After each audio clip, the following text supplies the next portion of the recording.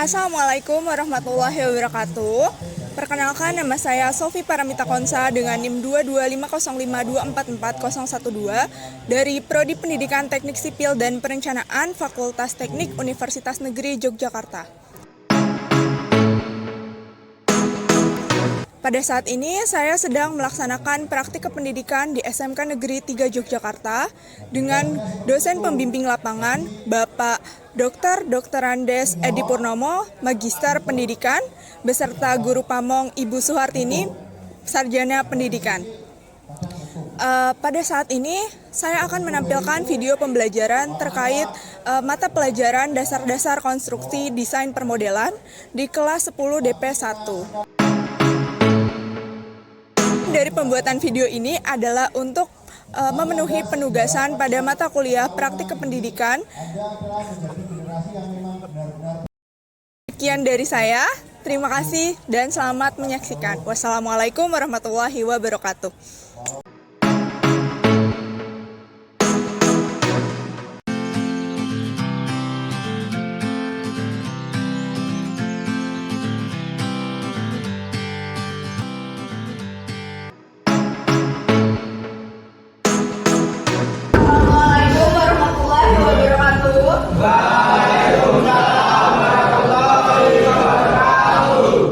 Selamat siang semuanya.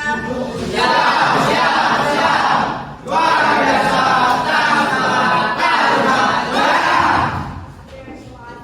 siap untuk memulai pembelajaran pada siang hari ini. Oke, semuanya udah mempersiapkan diri dengan baik, ya. Bisa dimulai dengan doa terlebih dahulu. Silakan bikin untuk berdoa. Siap enggak? Ada teman-teman mengawali baca kita ini. Mari kita berdoa mulai. Saya akan mengecek data dari kalian terlebih dahulu. Ariel, Nagit, Alif Ibrahim, Alif Mega. Ya betul. Proyeksi dalam gambar teknik sebelumnya, apa ada yang sudah mengetahui apa itu proyeksi? Ayo, apa ada yang bisa? Kalau bisa kita bayangin itu di gambar teknik, kita perlu mengetahui yang namanya sisi-sisi di dalam bangunan yang membentuk bangunan itu sendiri. Ya kan, kita nggak mungkin melihat gambar ini dalam satu sisi saja. Bisa dipahami nggak? Kita melihat ruangan ini, kita kan nggak bisa menggambar hanya dalam tampak depannya aja, ya kan? Kita bisa menggambar dengan tampak kanan kirinya, kita bisa melihat dengan tampak atasnya. Maka itu kita memerlukan yang namanya proyeksi, khususnya dalam gambar teknik ini. Jadi kalau misalnya kita bisa bayangin, ketika kita melihat gambar teknik itu sendiri, kita sudah paham bentuknya seperti apa, gitu. Apalagi untuk orang awam yang membaca gambar teknik perlu dengan visual yang apa? Visual yang menggambarkan tampak-tampaknya seperti itu. Tujuan pembelajaran dari mana ini? Yang pertama, diharapkan peserta didik dapat menjelaskan proyeksi dalam gambar teknik. Kemudian yang kedua, peserta didik dapat menjelaskan proyeksi ortogonal, dua dimensi, dan pictorial dimensi. Kemudian yang ketiga, peserta didik diharapkan dapat menerapkan prosedur menggambar proyeksi pictorial.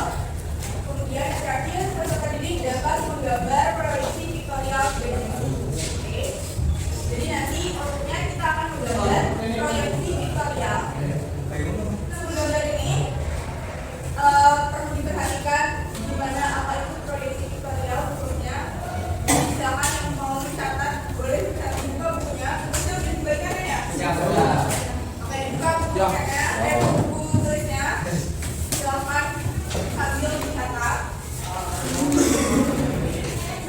Oke, kita lanjut masuk ke pengertian dan fungsi proyeksi. Tadi sudah dibantu dijelaskan oleh Mas Fati, Mbak Dewi, dan teman-teman yang sudah bisa menjawab apa itu proyeksi. Jadi, proyeksi ini adalah gambar dari suatu benda nyata atau real yang dilukiskan berdasarkan garis-garis pandang pengamat yang menunjukkan bentuk, ukuran, serta penunjukan benda pada suatu benda nyata atau benda gambar.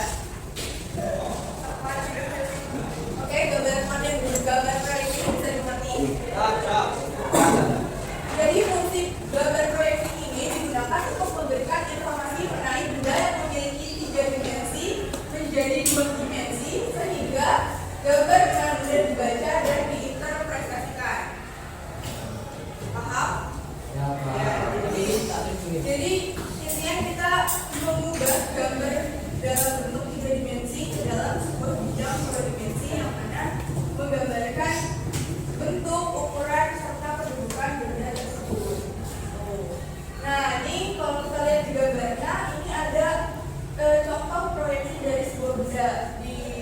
ada seorang pengamat, kemudian ada bidang proyeksinya di mana kita menggambar proyeksi dari benda yang ada di belakangnya.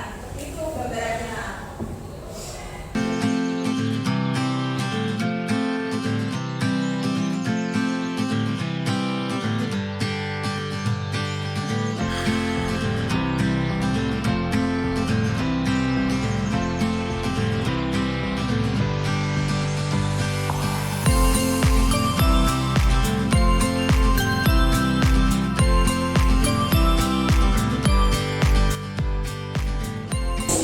Itulah keterampilan menggambar teknik yang sebaiknya kalian kuasai di bidang BPID ini. Siap. Oke, jadi sebelum kita tutup pembelajaran pada hari ini, ada yang bisa menyimpulkan kita hari ini sudah mempelajari apa aja? Mempelajari, membuat, menggambar. Buat proyeksi, proyeksi apa? Proyeksi apa? Betul, kita sudah mempelajari proyeksi astrometri dan apa lagi? Jenis-jenis proyeksi ada apa aja? Ya, isometri itu apa? Kita sudah mempelajari. Iya, betul, ada ortogonal. Oke, jadi kita sudah mempelajari jenis-jenis proyeksi yang mana ada ortogonal dan piktorial. Ya, betul. Terus kita juga sudah melatih buat gambar proyeksi piktorial ini yang mana adalah jenis proyeksi astrometri. Nah, itu dia kesimpulan pada pembelajaran pada hari ini. Semoga apa yang sudah kita pelajari jadi lebih bermanfaat di masa depan.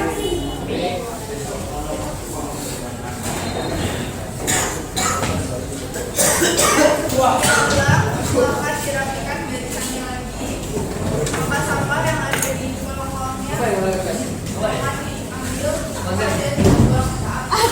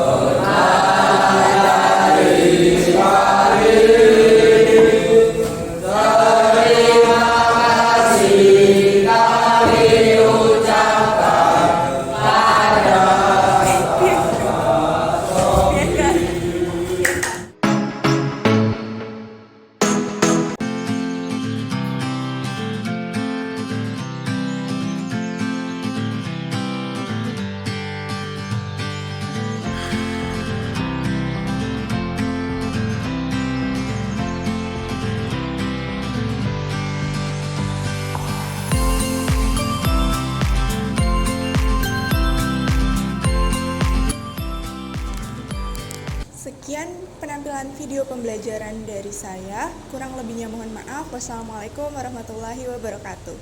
Terima kasih.